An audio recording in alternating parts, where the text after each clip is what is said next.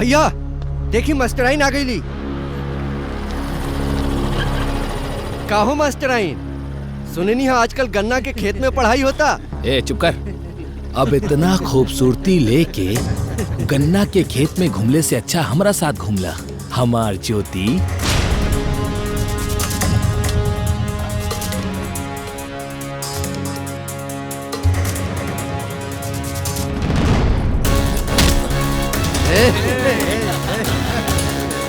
छोड़ो।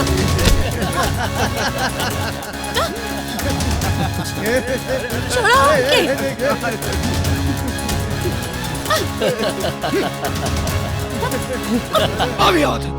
ये बार तू पास हो जाबे भाई, हमार क्या।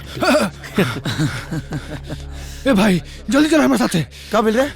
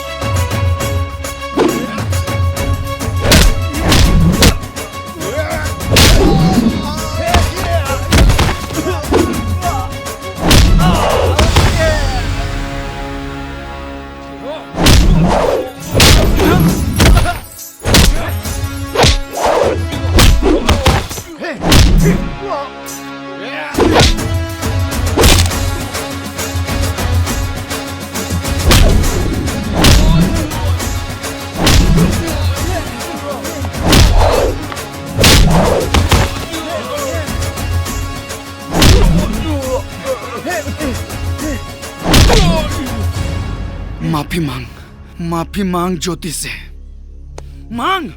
गलती हो गई, माफ कर दो हमरा के।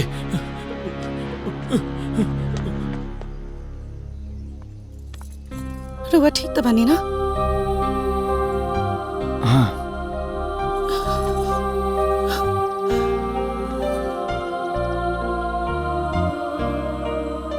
के रहला है? एकरा के जानत रुका तू?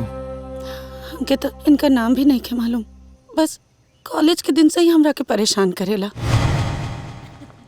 टेस्ट अच्छे से हुआ ना? हाँ। लगता है इस बार पहले से बेटर नंबर आएंगे। I think so. बहुत अच्छा है। ज्योति, तारा से 1 मिनट बात करे के बा। प्रिया, हम तारा से बहुत प्यार करीले। ये कौन बदतमीजी है? हम इतना दिन से देख रहल बानी, तू हमार पीछा कर रहल बाड़ा। शर्म नहीं क्या आवत? बदतमीज। एक ना एक दिन एकर बदला हम तोसे जरूर लेहब। हाँ तो इनका रस दवाई दे देले बानी। अच्छा ये सब छोड़ी, हम ना रउआ के एगो खुशखबरी देवे खातिर ही आवत रहनी। का? हमार टीचर के जॉब में सिलेक्शन हो गई। अरे वाह, बधाई हो। Thank you.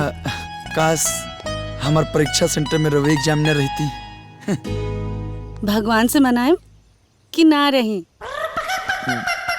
अच्छा।